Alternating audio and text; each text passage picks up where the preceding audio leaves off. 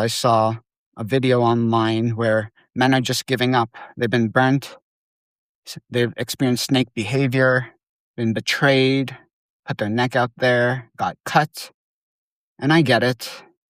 But is isolation really a strength? Or is it just pain disguised as discernment?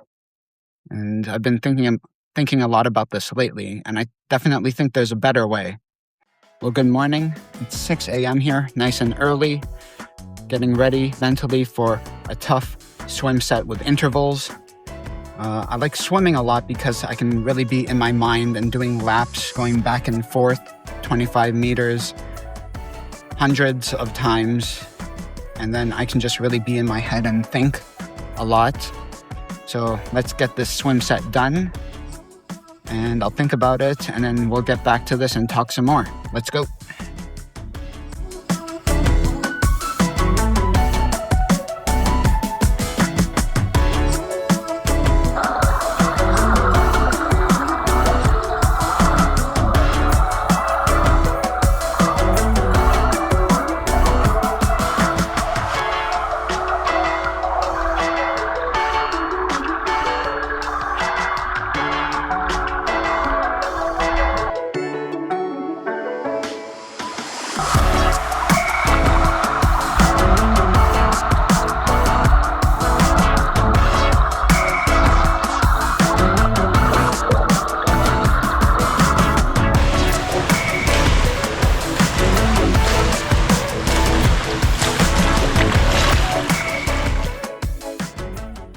There's a narrative floating around online right now that says men are done with friendships, done trusting, done investing, done putting themselves out there. The argument goes like this. You help someone, they betray you. You stick your neck out, they cut it. Integrity is rare. Society rewards degeneracy. So the solution is simple. Withdraw. Go home. Build alone. Keep your circle microscopic. Trust no one. This is the recent phenomenon online in the manosphere called the black pill. It's nihilistic and defeatist. It argues that self-improvement is futile. Nihilism rejects all moral and religious principles in the belief that life has no real purpose. It says a man's success in dating is entirely determined by uncontrollable things like genetics, looks, height, and unavoidable biological factors, and nothing to do with personal agency. The huge negative with this mindset is that when one is accepting of this, it leads to despair or resignation, and is often associated with the involuntary celibate community, aka incel, made popular recently last year by the movie Adolescence. In a previous discussion, which I will link to below, the red pill focuses on self-improvement and leveraging understanding of the female nature to gain sexual success and dominance. Even further down the ladder, the black pill is rooted in biological determinism, promoting nihilism and the belief that success is impossible for those deemed genetically inferior. And I understand why these black pill and red pill messages resonate. Most men have a story. You know, a friend who hit on your girlfriend, a buddy who borrowed money and vanished, a guy you vouched for who damaged your reputation, a friend who slowly disappeared when you stopped being useful. Betrayal stings, especially when you were loyal. And I'm sorry you went through that traumatic experience. Your hearts are so very hardened. But here's what we have to be careful about. Pain can distort wisdom into cynicism. Discernment is biblical. Isolation is not. Scripture says in Proverbs chapter 18, verse 1, a recluse is self-indulgent, snarling at every sound principle of conduct. It doesn't say a wounded man isolates. It says isolation can become self-indulgent. There's a difference between protecting your heart and hardening it. Yes, some people lack integrity. Yes, culture glorifies selfishness. Yes, loyalty is rare. But the answer to culture lacking brotherhood is not withdrawal. It's building better brotherhood. From the very beginning, God said in Genesis chapter 2, verse 18, "It is not good for the man to be alone." That was before sin entered the world, before betrayal, before modern degeneracy. Aloneness was not part of design. Now notice, this wasn't just about marriage. It was about human community. Men were never designed to live in permanent emotional isolation. Even Jesus, the strongest, most self-sufficient man to ever walk the earth, had 12 disciples. And even within those 12, he had 3 closest friends, Peter, James, and John. If Christ himself chose brotherhood, why do we think we're above it? Now let's address something honestly. There are indeed low-quality social environments. Bars, clubs, performative networking events, transactional friendships built on utility. Those spaces can feel empty. But here's the mistake: confusing shallow environments with the impossibility of deep connection. They are not the same thing. You don't find brotherhood accidentally at loud, chaotic spaces. You build it intentionally in quiet ones.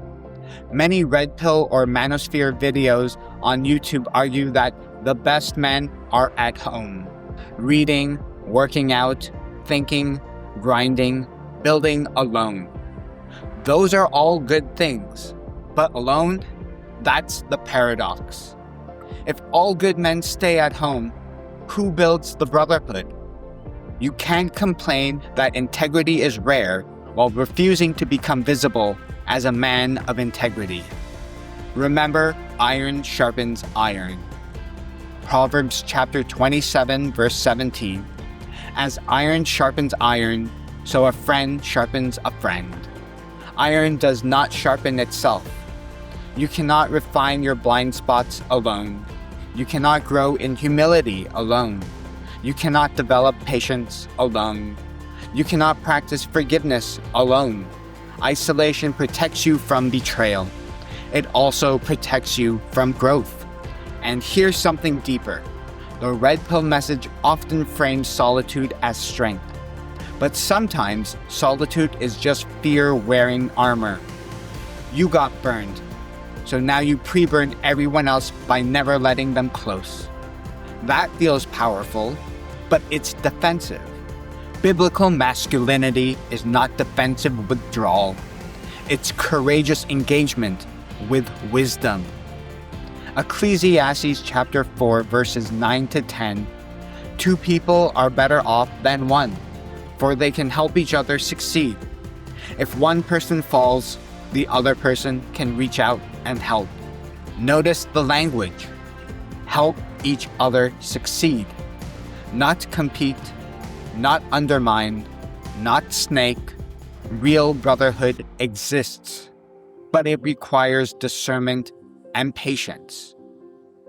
You don't open your heart to everyone.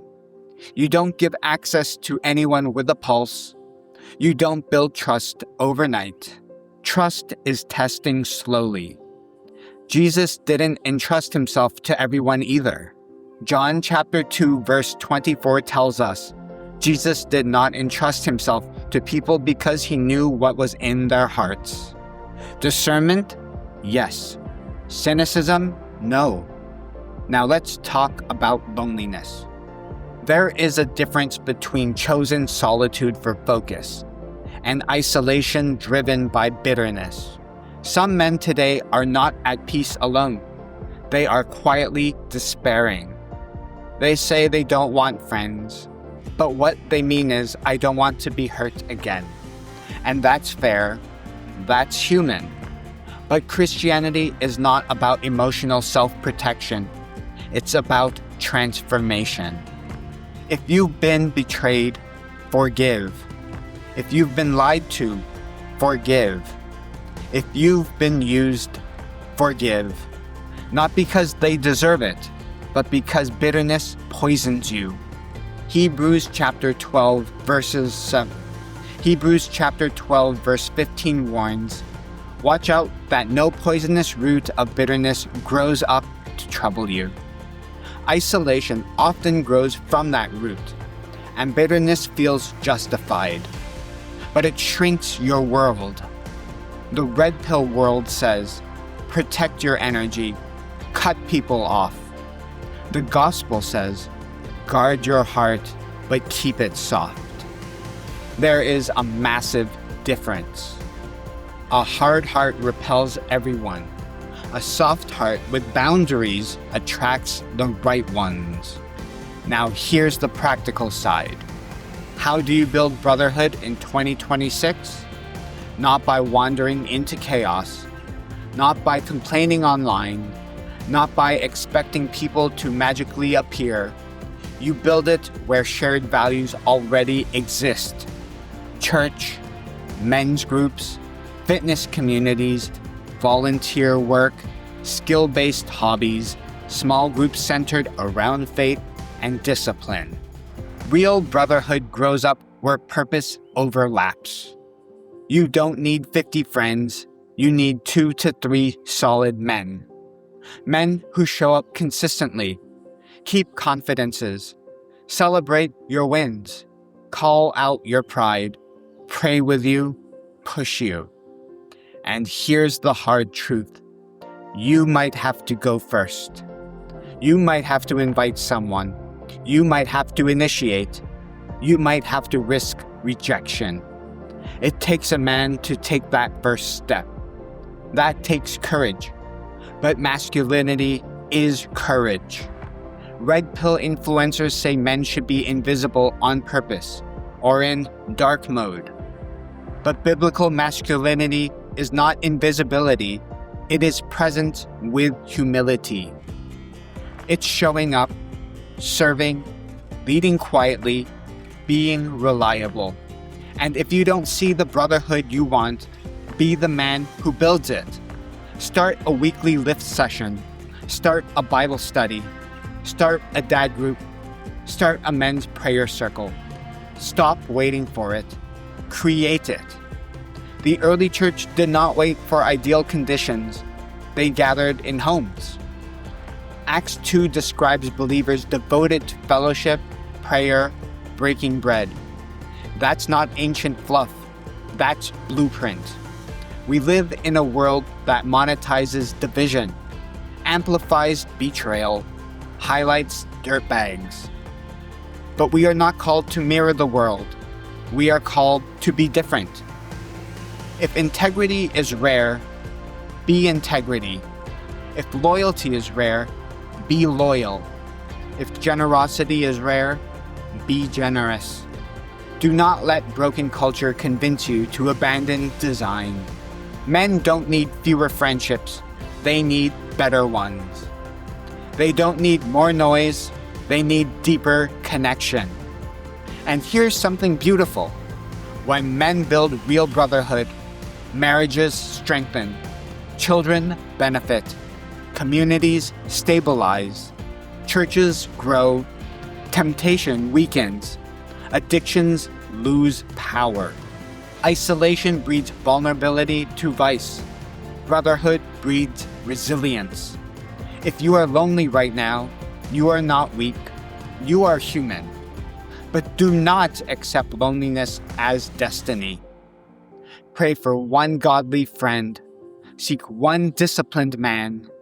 Invest slowly. Test trust carefully. Forgive wisely. Stay humble. And remember this. Being betrayed does not mean brotherhood is dead. It means you trusted the wrong person. Don't punish the future because of the past. God did not design men to retreat permanently into caves for self-protection. He designed us for covenant, for accountability, for sharpening, for strengthening. Yes, be discerning. Yes, keep your circle intentional.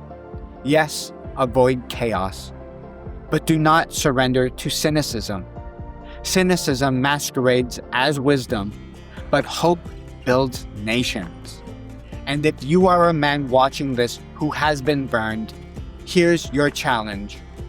Do not isolate, initiate. Reach out to one man this week. Invite him to train. Invite him to coffee. Invite him to church. Invite him to something real. Risk a little. Lead a little. Stay soft. Stay strong. Because men don't stop wanting friends. They stop believing they're possible. And restoring that belief, that's strength.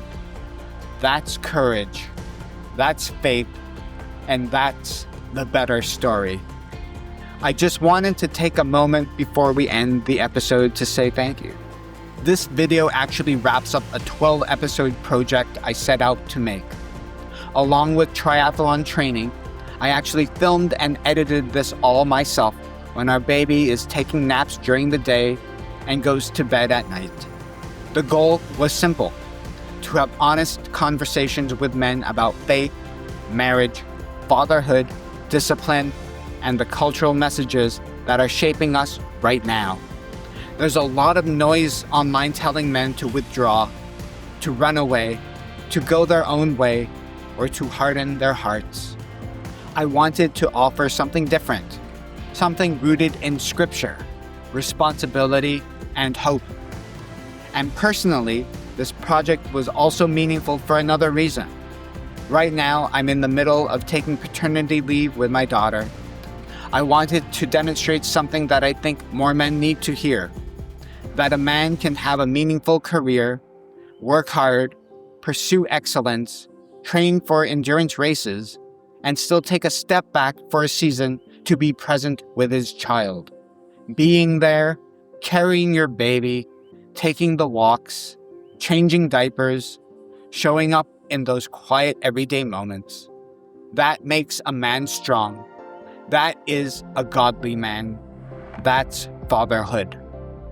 And honestly, that might be one of the most important things a man will ever do. So thank you for joining me through these 12 episodes. I hope they encouraged you, challenged you, and maybe even gave you a better vision of what it means to be a man of faith in this world today. If you'd like to see more conversations like this, let me know in the comments what topics you'd like to explore next. I'd love to continue building on this series. In particular, I enjoyed the more vlog-style segments when I'm out walking on the trails in nature. And if these videos have helped you, consider liking, subscribing, and sharing them with someone who might need to hear it. Because following Christ, building strong families, and forming faithful men, that's the better story.